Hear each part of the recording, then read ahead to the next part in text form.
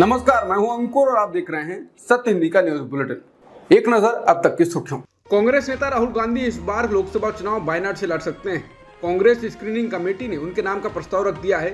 पिछले लोकसभा चुनाव के दौरान तो राहुल गांधी ने अमेठी और वायनाड दोनों से ही चुनाव लड़ा था, लेकिन तब स्मृति ईरानी ने सबसे बड़ा खेल करते हुए कांग्रेस की परंपरागत सीट पर राहुल को हरा दिया था। कांग्रेस ने कहा है कि अगर वो सरकार में आती है तो वो केंद्र सरकार में खाली 30 लाख पदों को भरेगी। इसने गुरुवार को युवा केंद्रित एक बड़ी योजना की घोषणा की। इसने इसे युवा न्याय नाम दिया है। इसके तहत 5 बड़े फैसले लिए जाएंगे। राहुल गांधी ने गुरुवार को इसकी घोषणा की। उन्होंने कहा कि उनकी पार्टी भर्ती का भरोसा देती है। इसके तहत 30 लाख सरकारी नौकरियां भरी जाएंगी। उन्होंने कहा कि इसके अलावा कॉलेज ग्रेजुएट, डिग्री और डिप्लोमाधारी सभी युवाओं को अप्रेंटिस का अधिकार दिया जाएगा। इसके तहत 1 साल में 1 लाख रुपए दिए जाएंगे। इसके साथ ही उन्होंने पेपर लीक से मुक्ति के लिए कानून लाने और निश्चित समय पर पूरी प्रक्रिया पूरी करने, गिग वर्कर्स को सामाजिक सुरक्षा की कानूनी गारंटी और युवा रोशनी नाम की योजना शुरू करने का भी वादा किया है। कांग्रेस नेता राहुल गांधी ने भारत जोड़ो न्याय यात्रा के दौरान दाहोद में कहा कि इस देश में युवाओं को रोजगार नहीं मिल सकता।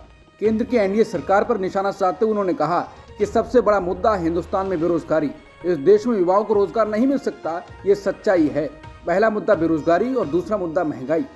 इसके साथ ही राहुल गांधी ने एक बार फिर यहां अयोध्या में श्री राम जन्मभूमि मंदिर की प्राण प्रतिष्ठा में राष्ट्रपति द्रौपदी मुर्मू की मौजूदगी नहीं होने का जिक्र किया। उन्होंने आरोप लगाया कि आपने राम मंदिर की प्राण प्रतिष्ठा देखी, सबने देखा, राष्ट्रपति वहां दिखी क्या? उन्होंने क्या गलती की? आदिवासी हैं इसलिए अंदर जाने नहीं दिया। अंदर सिर्फ आरएसएस वाले थे। आपने वहां कोई किसान देखा, मजदूर देखा, पिछड़ा दलित आदिवासी देखा? पूरा का पूरा बॉलीवुड था, एक भी गरीब देखा आपने? राहुल गांधी ने कहा है कि मोदी की डबल इंजन सरकारों में हो रहे डबल अन्याय को इन 2 घटनाओं से समझिए। यूपी में 2 बहनों ने अपने साथ हुए दुष्कर्म के बाद फांसी लगा ली। अब न्याय न मिलने और मुकदमा वापस लेने के दबाव पर उनके पिता को भी फांसी लगानी पड़ी। एमपी में एक महिला की इज्जत सरे बाजार तार तार हुई। जब गरीब पति ने न्याय की गुहार लगाई तो सुनवाई न होने से निराश होकर वो अपने दोनों बच्चों के साथ फांसी पर झूल गया। डबल इंजन सरकार में न्याय मांगना गुनाह है। मित्र मीडिया द्वारा बड़ी मेहनत से गढ़ी गई झूठी छवि की रक्षा के लिए पीड़ित नहीं बल्कि उनके परिवारों तक दुश्मन जैसा व्यवहार भाजपा शासित राज्यों में परंपरा बन चुकी है। भाजपा राज में हाथरस से लेकर उन्नाव और मंदसौर से लेकर पौड़ी तक महिलाओं के खिलाफ हुए अत्याचार के बाद उनके परिवारों को न्याय के लिए तरसाया गया। इस भयंकर अन्याय के विरुद्ध आवाज उठाइए, वरना आज नहीं तो कल इस अत्याचार की आग आप तक भी पहुंच जाएगी। कांग्रेस सांसद राहुल गांधी को चुनाव आयोग ने एडवाइजरी जारी की है। इसमें राहुल गांधी को बयानबाजी करने पर अधिक सावधान और सतर्क रहने की सलाह दी गई है।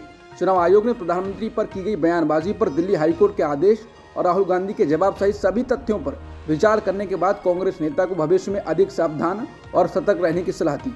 चुनाव आयोग द्वारा दी गई इस एडवाइजरी के बाद कांग्रेस ने चुनाव आयोग को घेरना शुरू कर दिया है। कांग्रेस सांसद जयराम रमेश ने चुनाव आयोग पर निशाना साधते हुए कहा कि पीएम के खिलाफ कुछ क्यों नहीं कहते, गृह मंत्री के खिलाफ कुछ क्यों नहीं कहते? ये निष्पक्ष संस्था किसके इशारे पर चल रही है?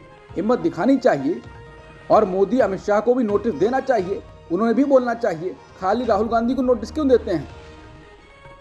लोकसभा चुनाव को लेकर प्रधानमंत्री मोदी राज्यों के दौरे कर रहे हैं। इसी कड़ी में गुरुवार को पीएम मोदी जम्मू कश्मीर के श्रीनगर पहुंचे। पीएम मोदी ने राज्य को 6400 करोड़ रुपए की सौगात दी। इस दौरान पीएम मोदी ने विपक्ष पर भी जमकर हमला बोलते हुए कहा कि आर्टिकल 370 के नाम पर कुछ राजनीतिक परिवार हमेशा फायदा उठाते रहे और कांग्रेस गुमराह करती रही। उन्होंने कहा, ये वो नया जम्मू कश्मीर है जिसका इंतजार हम सभी को कई दशकों से था। ये वो नया जम्मू कश्मीर है जिसके लिए डॉक्टर श्यामा प्रसाद मुखर्जी ने बलिदान दिया था। इस नए जम्मू कश्मीर की आंखों में भविष्य की चमक है। इस नए जम्मू कश्मीर के इरादों में चुनौतियों को पार करने का हौसला है। पीएम मोदी ने कहा कि मैंने जम्मू कश्मीर को भी हमेशा अपना परिवार माना है। परिवार के लोग दिल में रहते हैं, इसलिए कश्मीरियों के दिल में भी यही है कि मैं हूं मोदी का परिवार। मोदी अपने परिवार को यह विश्वास देकर जा रहा है कि जम्मू कश्मीर के विकास का अभियान किसी भी कीमत पर नहीं रुकेगा। पीएम ने कहा कि बंदिशों से आज़ादी 370 खत्म होने के बाद आई है। दशकों तक सियासी फायदे के लिए कांग्रेस और उसके साथियों ने 370 के नाम पर जम्मू कश्मीर के लोगों को गुमराह किया, देश को गुमराह किया। उन्होंने कहा कि 370 से फायदा जम्मू कश्मीर को था या कुछ राजनीतिक परिवार इसका लाभ उठा रहे थे। असदुद्दीन ओवैसी की पार्टी एआईएमआईएम 2019 के लोकसभा चुनाव में बिहार में सिर्फ एक सीट पर चुनाव लड़ी थी। उसके उम्मीदवार को करीब 3 लाख वोट मिले थे और वो तीसरे स्थान पर रहे थे, लेकिन कांग्रेस उम्मीदवार ने वो सीट जीत ली थी। यदि इस बार ओवैसी की पार्टी कई सीटों पर चुनाव लड़ती है तो क्या 2019 जैसा नतीजा निकलेगा? समझा जाता है कि ओवैसी की पार्टी तेलंगाना और महाराष्ट्र के साथ ही हिंदी प्रदेशों उत्तर प्रदेश और बिहार में अपने उम्मीदवार उतारने की तैयारी में है। तो क्या ये इंडिया गठबंधन के लिए चिंता की बात होनी चाहिए? आखिर इसका असर क्या हो सकता है? रिपोर्ट है कि एआईएमआईएम बिहार में 7 सीटों और उत्तर प्रदेश में 20 सीटों पर चुनाव लड़ने की तैयारी में है। पार्टी के बिहार यूनिट ने 7 उम्मीदवारों और उत्तर प्रदेश यूनिट ने 20 उम्मीदवारों का प्रस्ताव असदुद्दीन ओवैसी के पास भेजा है। हालांकि इस पर अभी तक पार्टी की ओर से कुछ फैसला नहीं लिया गया है, लेकिन समझा जाता है इतनी सीटों पर उसकी तैयारी चल रही है। चिराग पासवान बिहार में पीएम मोदी के कार्यक्रम में शरीक नहीं हुए। बीजेपी के मोदी का परिवार अभियान में भी चिराग शामिल नहीं हुए। एनडीए का सीट बंटवारा भी नहीं हो पा रहा है। तो क्या एनडीए में सब कुछ ठीक नहीं है और क्या बिहार में अब बीजेपी के नेतृत्व वाला एनडीए को झटका लगने वाला है? मीडिया रिपोर्टें जो आ रही हैं वो बीजेपी को परेशान करने वाली हैं। रिपोर्ट है कि लोकसभा चुनाव के लिए चिराग पासवान की पार्टी लोक जनशक्ति पार्टी रामविलास को तेजस्वी यादव वाले महागठबंधन ने आकर्षक ऑफर दिया है। इंडिया टुडे ने सूत्रों के हवाले से खबर दिया है कि महागठबंधन उन्हें शामिल करने की कोशिश कर रहा है और उन्हें बिहार में 8 लोकसभा सीटें और उत्तर प्रदेश में 2 लोकसभा सीटों की पेशकश की गई है। आगामी लोकसभा चुनाव के लिए मिशन 400 की तैयारी में बीजेपी एक और गठबंधन पर मोहर लगाने के लिए पूरी तैयार है। इस बार इसके दक्षिण राज्य आंध्र प्रदेश में होने की संभावना है। न्यूज 18 के सूत्रों के मुताबिक चंद्रबाबू नायडू गुरुवार देर शाम दिल्ली पहुंच रहे हैं, जबकि पवन कल्याण के भी राष्ट्रीय राजधानी में होने की संभावना है। भाजपा, टीडीपी और जनसेना द्वारा आंध्र प्रदेश एनडीए गठबंधन के लिए देर रात बैठक होने की उम्मीद है। सूत्रों ने बताया कि भाजपा ने आंध्र से विधानसभा में 30 सीटें और लोकसभा में 7 सीटें मांगी हैं, जिनमें पवन कल्याण के लिए 1 या 2 सीटें शामिल हैं। बीजेपी आक्रामक तरीके से दक्षिण में पैठ बनाने की कोशिश कर रही है, जहां कर्नाटक को छोड़कर भगवा पार्टी की मौजूदगी उम्मीद के मुताबिक नहीं रही है। लोकसभा चुनाव 2024 से पहले एनडीए का कुरमा फिर बढ़ सकता है। खबर है कि ओडिशा की सत्ताधारी पार्टी बीजू जनता दल यानी बीजेडी जल्द ही एनडीए में शामिल हो सकती है। अगर ऐसा होता है तो करीब 15 वर्ष के बाद भाजपा और बीजेडी के बीच फिर से गठबंधन होगा। ओडिशा में लोकसभा चुनाव के साथ ही विधानसभा के चुनाव भी होने हैं। सूत्रों के मुताबिक दोनों दलों के बीच गठबंधन को लेकर बातचीत हो चुकी है, अब बस इसका ऐलान बाकी है। सूत्रों के मुताबिक भाजपा 13 से 14 सीटों पर और बीजेपी 7 से 8 सीटों पर चुनाव लड़ सकती है। वहीं बीजेडी विधानसभा चुनाव में 95 से 100 सीटों पर चुनाव लड़ सकती है। ये मोदी हाल ही में बिहार गए थे, जहां उन्होंने राज्य में विकास परियोजनाओं का अनावरण किया। इसको लेकर अब आरजेडी नेता तेजस्वी यादव ने कहा है कि प्रधानमंत्री जी वर्षों से लंबित एक ही परियोजना की कई बार पैकेजिंग रीपैकेजिंग करते रहते हैं। कभी रैपर बदल देते हैं, कभी कवर व कलर बदल देते हैं। वर्षों से लंबित एक ही आधे अधूरे प्रोजेक्ट का कई बार शिलान्यास उद्घाटन होता रहता है। हर बार उसी प्रोजेक्ट लागत को दोहराकर तथाकथित विशेष पैकेज बता नया पैकेज बना जनता को भ्रमित करने का असफल प्रयास किया जाता है। निर्माण पूरा किए बिना ही एक सड़क का ही कभी एक लेन का शिलान्यास, कभी सर्विस लेन का उद्घाटन, कभी दूसरी लेन का कार्यारंभ कर दिखावा किया जाता है। ये बिहार है, यहाँ की जनता ऐन चुनाव पूर्व की जाने वाली सभी चालाकियां समझती है। लोकसभा चुनाव से राष्ट्रीय लोकदल के अध्यक्ष जयंत चौधरी इंडिया गठबंधन का साथ छोड़कर एनडीए में शामिल हो गए, जिसे लेकर भारतीय किसान यूनियन के अध्यक्ष नरेश टिकैत ने नाराजगी जताई है। उन्होंने कहा कि जयंत ने जो फैसला किया उस पर उनकी सलाह नहीं ली। नरेश टिकैत ने बागपत में पत्रकारों से बात करते हुए रालोद के एनडीए के साथ जाने के फैसले पर नाराजगी जाहिर की। उन्होंने कहा कि जयंत चौधरी ने उनसे गठबंधन पर सलाह नहीं ली, बिना हमारी सलाह के ही ये फैसला लिया है। बीजेपी के साथ रालोद का गठबंधन लोगों के गले नहीं उतर रहा है। उन्होंने बीजेपी पर निशाना साधते हुए उसे बड़ी मछली बताया और कहा कि भाजपा एक चालाक पार्टी है, वो छोटे मोटे दलों को यूं ही निकल जाएगी। जयंत के परिवार से हमारा 3 पीढ़ियों का साथ रहा है, गठबंधन से पहले सलाह लेनी चाहिए थी। जेएनयू की पूर्व छात्र नेता और कश्मीर की राजनीति में एक्टिव रही शैला रशीद बीते कुछ समय से केंद्र सरकार और पीएम मोदी की तारीफ करती नजर आई हैं। इसे लेकर ही सोशल मीडिया पर कई लोग उनसे बीजेपी में शामिल होने को लेकर सवाल पूछते हैं। इन सवालों पर अब शैला रशीद का जवाब सामने आया है। शैला रशीद ने सोशल मीडिया प्लेटफॉर्म एक्स पर पोस्ट करते हुए लिखा कि लोग मुझसे पूछते हैं कि क्या आप बीजेपी में शामिल होने जा रही हैं, कि आप लोकसभा या राज्यसभा के चुनाव में उतरेंगी। इन सवालों पर उन्होंने जवाब देते हुए कहा कि हमको शांति मिल चुकी है, ये पूरी जिंदगी के लिए काफी है। इसके साथ ही उन्होंने लिखा कि शुक्रिया मोदी जी। पंजाब एवं हरियाणा में चल रहे किसान आंदोलन को लेकर चंडीगढ़ में हाईकोर्ट में सुनवाई हुई है। हाईकोर्ट को हरियाणा सरकार ने प्रदर्शन कर रहे किसानों की तस्वीर दिखाई।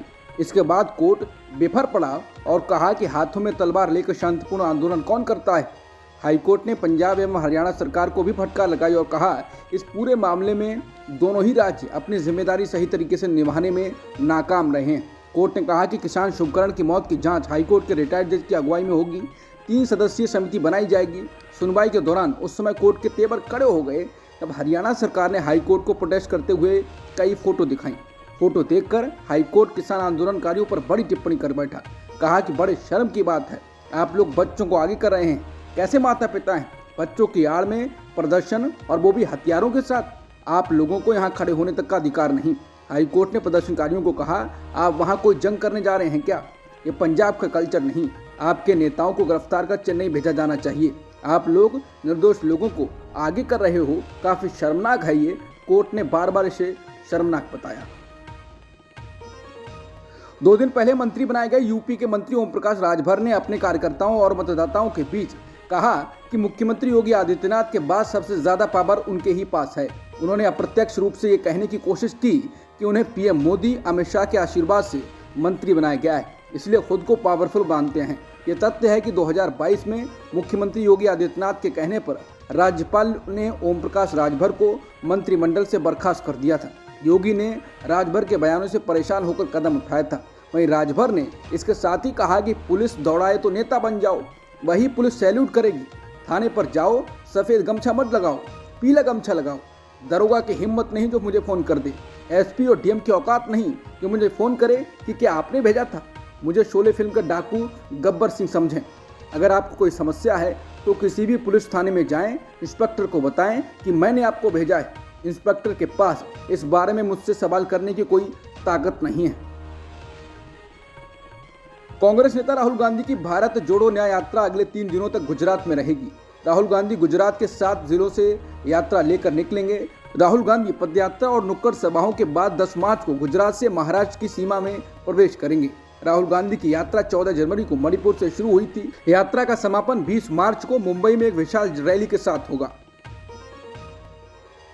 शिवसेना यूबीटी प्रमुख उद्धव ठाकरे ने एसबीआई द्वारा चुनावी बॉन्ड खरीदने वालों की जानकारी देने के लिए और समय मांगने पर केंद्र सरकार को घेरा है। उन्होंने कहा कि जब ऋण चुकाने में कोई चूक या देरी होती है तो बैंक तुरंत किसानों की सारी जानकारी सामने लाती है, लेकिन चुनावी बॉन्ड मुद्दे में समय मांग रही है। उन्होंने कहा कि जब किसान ऋण चुकाने में असमर्थ होते हैं तो बैंक उनके दरवाजे पर नोटिस चिपका देती है। उनके पास उन किसानों की सारी जानकारी होती है जो समय पर ऋण नहीं चुका पाते, लेकिन चुनावी बॉन्ड के लिए वो विवरण जमा करने के लिए समय सीमा मांग रहे हैं। पश्चिम बंगाल की मुख्यमंत्री ममता बनर्जी ने गुरुवार को भाजपा पर संदेशखाली के बारे में अफवाहें फैलाने का आरोप लगाया और कहा कि राज्य महिलाओं के लिए देश में सबसे सुरक्षित जगह है। इसके साथ ही उन्होंने कलकत्ता हाईकोर्ट के पूर्व जज अभिजीत गंगोपाध्याय के संदर्भ में कहा, चाहे आप लोकसभा चुनाव में कहीं से भी लड़ें, हम आपकी हार सुनिश्चित करेंगे। पश्चिम बंगाल में कलकत्ता हाईकोर्ट के जज रहे अभिजीत गंगोपाध्याय बीजेपी में शामिल हो चुके हैं।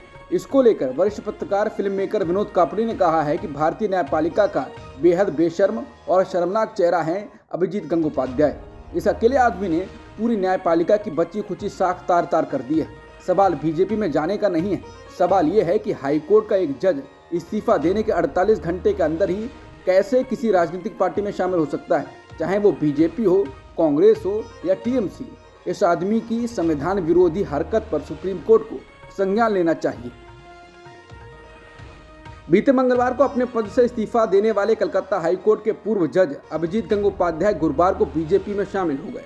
पार्टी में शामिल होने के बाद उन्होंने कहा कि वो तृणमूल कांग्रेस की भ्रष्ट सरकार के खिलाफ लड़ाई के लिए ही बीजेपी में शामिल हुए हैं। गंगोपाध्याय ने कहा कि आज बीजेपी में शामिल होना अच्छा रहा। जिस तरह से उन्होंने मेरा स्वागत किया है उससे मैं काफ़ी खुश हूँ। हर कोई जानता है कि हमें भ्रष्टाचार से लड़ना है। संदेशखाली के मामले पर उन्होंने कहा कि जो हुआ वो बहुत बुरा हुआ। बीजेपी के नेता वहां गए और उन्हें वहां पहुंचने से रोका गया। इसके बावजूद वो वहां पहुंचे और महिलाओं के साथ खड़े हुए। बीजेपी संदेशखाली में पीड़ित लोगों का मुद्दा उठा रही है। प्रियंका गांधी ने कहा कि कानपुर में गैंगरेप से पीड़ित 2 नाबालिग बच्चियों ने आत्महत्या कर ली। अब उन बच्चियों के पिता ने भी आत्महत्या कर ली है। आरोप है कि पीड़ित परिवार पर समझौता करने का दबाव बनाया जा रहा था। उत्तर प्रदेश में पीड़ित बच्चियां, महिलाएं अगर न्याय मांगते हैं तो उनके परिवारों को बर्बाद कर देता नियम बन चुका है। उन्नाव, हाथरस से लेकर कानपुर तक जहां भी महिलाओं के साथ अत्याचार हुआ, उनके परिवार बर्बाद कर दिए गए। इस जंगल राज में महिला होना भर अपराध हो गया है, जहां कानून नाम की कोई चीज नहीं बची है। आखिर प्रदेश की करोड़ों महिलाएं क्या करें, कहां जाएं? मध्य प्रदेश के छिंदवाड़ा में 7 साल की एक बच्ची की रेप के बाद हत्या कर दी गई। अभियुक्त ने बच्ची के विरोध करने पर उस पर कुल्हाड़ी से हमला कर दिया था। इसके बाद बच्ची का गला दबाकर उसकी जान ले ली। आरोप है कि अभियुक्त ने बच्ची के शव को शमशान में दफना दिया। पुलिस के मुताबिक ये मामला जुन्नारदेव थाना क्षेत्र का है। पुलिस ने बताया कि बच्ची की मां खेत पर काम करने गई थी। उसी समय अभियुक्त ने इस मामले को अंजाम दिया। अभियुक्त बच्ची का रिश्तेदार है। लद्दाख को पूर्ण राज्य का दर्जा और संवैधानिक सुरक्षा दिए जाने की मांग को लेकर पर्यावरण कार्यकर्ता सोनम वांगचू ने आमरण अनशन शुरू कर दिया है। केंद्र सरकार के अधिकारियों के साथ बैठक विफल होने के बाद सोनम वांगचू ने यह कदम उठाया। दरअसल सोमवार को केंद्र के साथ कारगिल डेमोक्रेटिक अलायंस के और लेह एपेक्स बॉडी की बैठक बेनतीजा रही। इसके बाद बुधवार को लेह धार्मिक संगठन ने लेह बंद बुलाया। वरिष्ठ अधिवक्ता प्रशांत भूषण ने गुरुवार को एसबीआई के इलेक्टोरल बॉन्ड की जानकारी देने में और समय मांगने की याचिका पर सुप्रीम कोर्ट में एक अवमानना याचिका दायर की है। इस याचिका को तत्काल सुनवाई के लिए लिस्ट करने की मांग की गई है। प्रशांत भूषण ने ये याचिका एसोसिएशन फॉर डेमोक्रेटिक रिफॉर्म्स यानी एडीआर के हवाले से दायर की है। दिल्ली की राउस एवेन्यू कोर्ट ने दिल्ली शराब घोटाला मामले में समन का पालन नहीं करने के लिए ईडी की दूसरी शिकायत पर दिल्ली के मुख्यमंत्री अरविंद केजरीवाल को नया समन जारी किया है। अब उन्हें 16 मार्च को पेश होने का निर्देश दिया गया है। ईडी ने समन का पालन नहीं करने की वजह से दिल्ली के सीएम अरविंद केजरीवाल के खिलाफ केस चलाने का आग्रह करते हुए कोर्ट का दरवाजा खटखटाया था। गृह मंत्रालय ने 7 मार्च को जम्मू कश्मीर के निवासी मोहम्मद कासिम गुज्जर को यूएपीए के तहत एक व्यक्तिगत आतंकवादी के रूप में नामित किया। इसमें कहा गया है कि गुज्जर प्रतिबंधित आतंकवादी संगठन लश्कर-ए-तैयबा का सदस्य है। माओवादियों से कथित संबंध के मामले में बरी किए गए दिल्ली विश्वविद्यालय के पूर्व प्रोफेसर जीएन साईं बाबा नागपुर की सेंट्रल जेल से गुरुवार को बाहर आ गए। 5 मार्च को बॉम्बे हाईकोर्ट की नागपुर बेंच ने जीएन साईं बाबा को बरी किया था। रणदीप हुड्डा की फिल्म स्वातंत्र्य वीर सावरकर का ट्रेलर मंगलवार को जनता के सामने आया। हुड्डा ने जब फिल्म से अपना फर्स्ट लुक शेयर किया, तभी से जनता इस फिल्म को लेकर चर्चा कर रही है। इस बीच अब नेताजी सुभाष चंद्र बोस के परपोते चंद्र कुमार बोस ने सोशल मीडिया पर सावरकर रणदीप हुड्डा को टैग करते हुए पोस्ट लिखा है। सोशल मीडिया प्लेटफॉर्म एक्स पर चंद्र कुमार बोस ने लिखा, रणदीप हुड्डा, सावरकर आपकी फिल्म मेकिंग की तारीफ करता हूं, लेकिन सही व्यक्तित्व दर्शाना बहुत जरूरी है। कृपया नेताजी सुभाष चंद्र बोस का नाम सावरकर के साथ जोड़ने से बचें। नेताजी एक सेकुलर, सबको साथ लेकर चलने वाले लीडर थे और देशभक्तों के देशभक्त थे। इंग्लैंड के साथ 5वें टेस्ट मैच में भारतीय बल्लेबाज यशस्वी जायसवाल ने एक नया मुकाम हासिल कर लिया। यशस्वी ने टेस्ट क्रिकेट में अपने 1000 रन पूरे कर लिए। हालांकि यशस्वी अपनी हाफ सेंचुरी पूरी करके 57 रन पर आउट हो गए। आज का दिन खत्म होने तक भारत ने 135 रनों पर 1 विकेट खोवाया। इससे पहले इंग्लैंड की पूरी पारी 218 रनों पर सिमट गई। अब तक की सुर्खियों में इतना ही। बाकी खबरों के लिए बने रहिए सत्यहिंदी.com के साथ।